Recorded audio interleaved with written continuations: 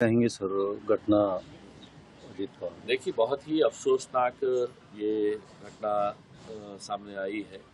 हमारे पास कोई शब्द नहीं है कि हम किस तरीके से अपना ये बयान जारी करें। अजीत दादा के साथ 5 साल मुझे एक आमदार की हैसियत से विधानसभा में काम करने का मौका मिला और उस दौरान हमने देखा, और उससे पहले भी हम ये जानते थे कि महाराष्ट्र के अंदर उनसे बेहतर एबल और एफिशिएंट एडमिनिस्ट्रेटर नहीं था। यकीनन ये बहुत ही अफसोसनाक घटना हुई है।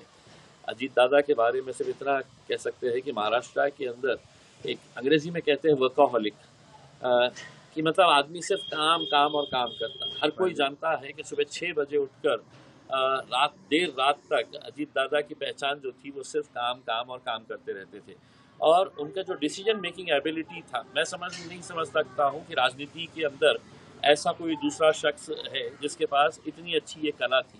अगर उनके पास कोई जाता काम होने वाला है तो वो मुंह पे कह देते थे कि हाँ ये काम हो जाएगा करके, और नहीं होने वाला है तो फिर वो किसी भी हालत के अंदर आपके मुंह पे कह देते थे कि नहीं, किसी भी हालत के अंदर ये काम नहीं हो सकता है।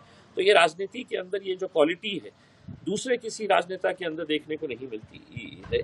मैंने विधानसभा के अंदर मेरा खुद का अनुभव मैंने देखा है कि जब सत्ताधारी पक्ष किसी विरोधी पक्ष ने अगर किसी ने सवाल उठाया और उसका जवाब देना है और वो मंत्री जवाब नहीं दे पा रहा है, तो अजीत दादा खुद खड़े होते थे अपने नेता का बचाव करने के लिए, और अपने नेता का बचाव करने के लिए वो खड़े रहकर जो जवाब एक्सपेक्टेड होता था तो वो जवाब वो खुद देते थे।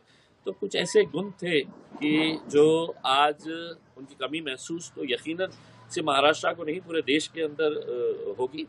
बहुत ही अफसोसनाक बात है। पवार परिवार के ऊपर अभी क्या बीत रही होंगी, चाहे पार्थ पवार, रोहित पवार, शरद पवार साहब या सुप्रिया ताई या उनके पूरे जितने भी परिवार के लोग हैं, हम उनके इस दुखद घड़ी के अंदर हम उनके साथ खड़े हुए हैं और पूरा महाराष्ट्र आज सदमे में है।